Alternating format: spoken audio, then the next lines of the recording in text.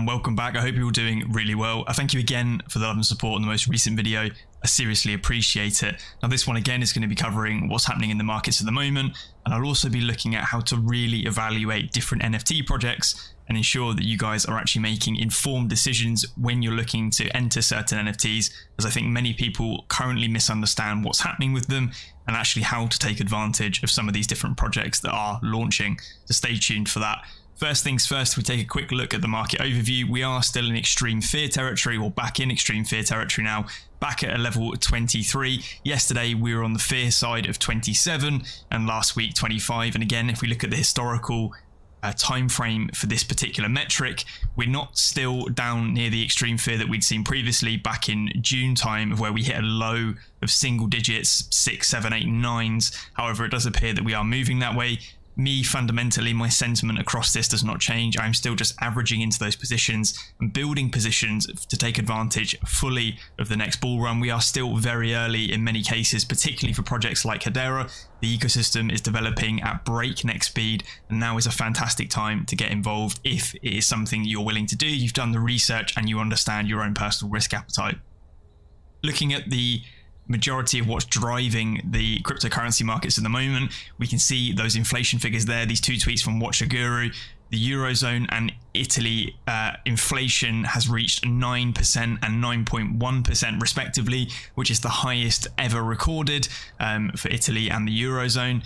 Really, obviously bad stuff at the moment. As we said, we're waiting for the figures sometime in September to launch for August for the United States to see whether they've had 2 subsequent months of lowering inflation levels, and then that will hopefully inform the next set of Fed policy. However, as we've seen from Jerome Powell, he is still remaining incredibly hawkish. The Fed is remaining hawkish in terms of their interest rate hikes in order to help cool the economy's inflation, and they will do whatever is necessary in order to do so. And we'd seen those reports as well from the likes of Goldman Sachs saying that countries like the United Kingdom will be entering a recession in Q4 of 2022. So on the cards, it looks like we may be entering somewhat of a global recession.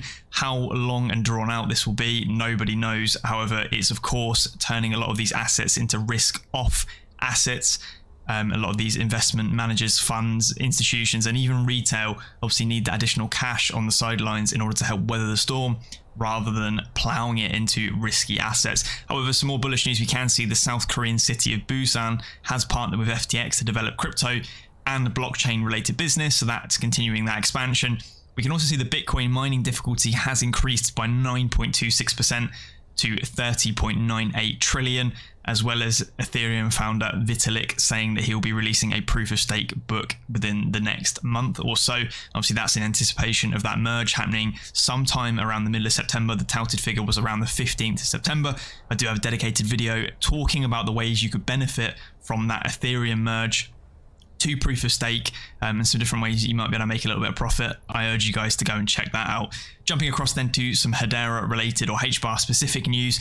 This is a translated article because it's all written in Korean, but LG Electronics, obviously one of the governing council members of Hedera, are launching a virtual asset wallet app, Countdown, the blockchain new business outline. So the beta test of WALLAPTO, a virtual asset digital wallet, trademark rights are also related to the establishment of the application's platform business.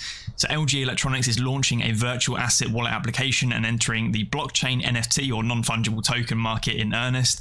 It is part of a business portfolio reorganization that intends to transform the existing hardware-focused business towards software and platforms. And again, I did a video specifically about a new venture that LG is looking to move into, which is with NFTs and trading of crypto-related assets on their smart TVs, and this is part of that software trend they are looking to do. And of course, they have extensively used Hedera in the past for some different employee type events with certifications, and it looks like they're again now building on top of Hedera. So in all likelihood, some of that software infrastructure that they are building to run on those TVs and hardware devices they currently manufacture are looking like will be leveraging, or at least utilizing to some extent, Hedera itself. Again, check out that dedicated video.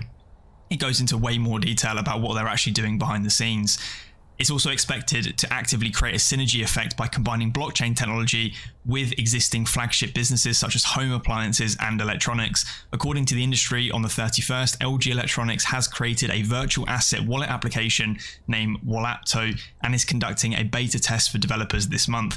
After going through the final verification process to catch system errors, it is likely to be released in the third quarter at the earliest, or within the year at the latest. In the middle of this month, it was found the app name and logo were sequentially applied for trademarks with domestic and foreign patent offices, and various work for the official launch was being carried out. WALLAPTO supports Hedera HTS tokens based on the blockchain platform Hedera Hbar. You can also register your NFTs and check detailed information. When the app is fully released, the supported networks and types of coins and tokens are expected to increase.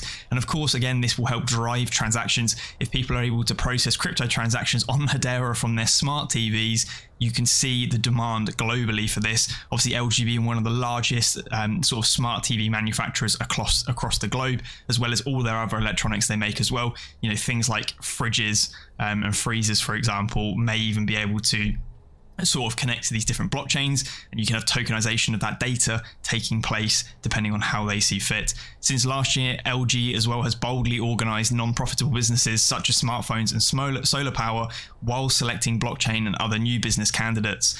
At the general shareholders meeting in March of this year, development and sales of blockchain-based software was added to the articles of incorporation, demonstrating its will to start business in earnest. So we can see here LG is doing a semi-restructuring of their business and looking to the future of Web 3.0, metaverse gaming, NFTs, all of this sort of stuff that is being driven by cryptocurrencies behind the scenes. They are looking to get their hand in the mixer.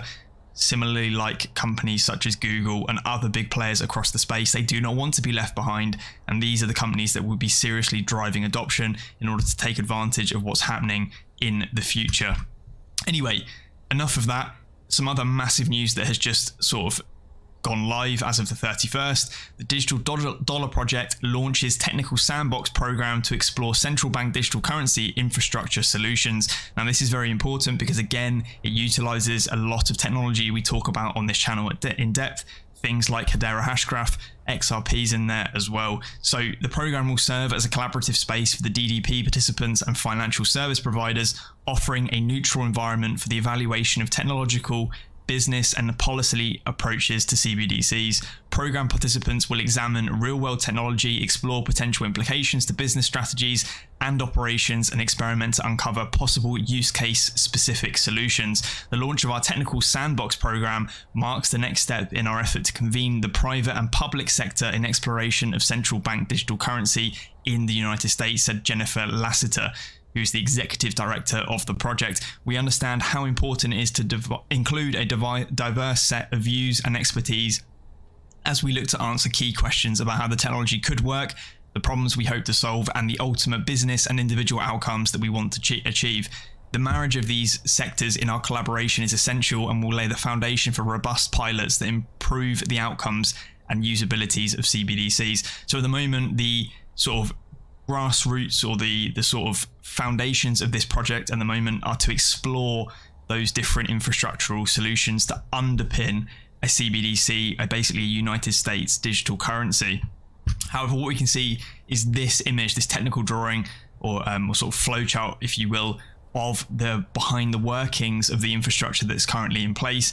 And we can see right up here in the top left, obviously Sandbox and EMTECH go hand in hand, and of course that all leverages Hedera Hbar for this project New Dawn, which feeds directly into the digital dollar CBDC, present an executional framework and reference implementation of a central bank digital currency as a digital form of cash accessible to everyone. Not only that as well, then the Digital Dollar Project sitting in between here with some of its partners, the Dollar Foundation and Accenture, the technical sandbox program, which is obviously being facilitated as well by EMTECH, again running on top of Hedera Hbar, and you've got a bit of Microsoft Azure in there. We've got Ripple as well as EMTECH and Noxworks as part of the digital asset and technical sandbox program. So we can see here that EMTECH is putting itself at the heart with part of their sandbox technology, which is of course leveraging Hedera Hbar. This is incredibly bullish news for the likes of XRP and Hbar in the future, for potentially having a place alongside or as part of the infrastructure underpinning effectively the global reserve currency, the United States dollar, as it transitions potentially to a CBDC form, a digital dollar with Hedera Hashgraph and XRP behind the scenes in order to help become part of those peer-to-peer transfers and service providers. Seriously important stuff. Right then, let's take a look at NFTs, as there's been lots of talk. You see LG, they're moving into NFTs. I see many questions from a lot of you guys, and I think a lot of people kind of get it wrong and jump into different projects that potentially don't have much, you know, scope in the future for returns. So obviously Zoo's marketplace is the place that I tend to look at NFTs now. Over on Hedera, it has some of the largest volume with some of the best collections. Now, when I evaluate an NFT project and when I'm looking to get involved with an NFT project, I buy some of those NFTs or on the secondary market, or even a sort of primary minting phase for those projects, I like to think of these in different categories.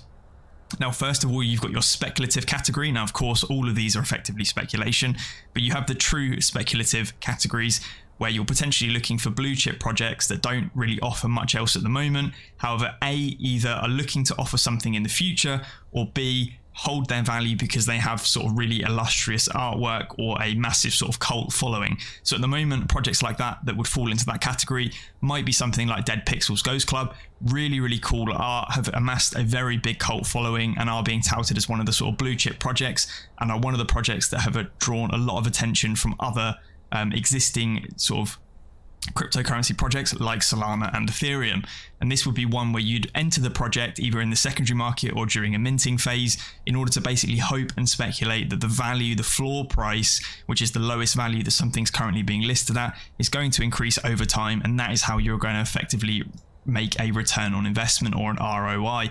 The second category that you're potentially looking at, again, speculative, although they have some additional use cases, and we like to call these things sort of utility driven NFTs. This is whereby you own the particular NFT in your wallet and it gives you access to something or gives you something else in return for holding that particular NFT. And these are the NFTs that I really do like to focus on personally when I'm looking to purchase an NFT, because it gives you interesting ways to earn additional return on your investment from that particular NFT. And you're not hoping just on speculation of those assets increasing, but you're also getting something in the meantime. Now, projects like this, a great example will be the Earthlings.land, obviously looking to become a metaverse game where these individual NFTs will have in-game benefits. And as the user base expands for that game and it basically draws more eyes and gets more player counts, those NFTs are likely to rise in value because they have in-game features like pausing time or different in-game assets that you can then utilize.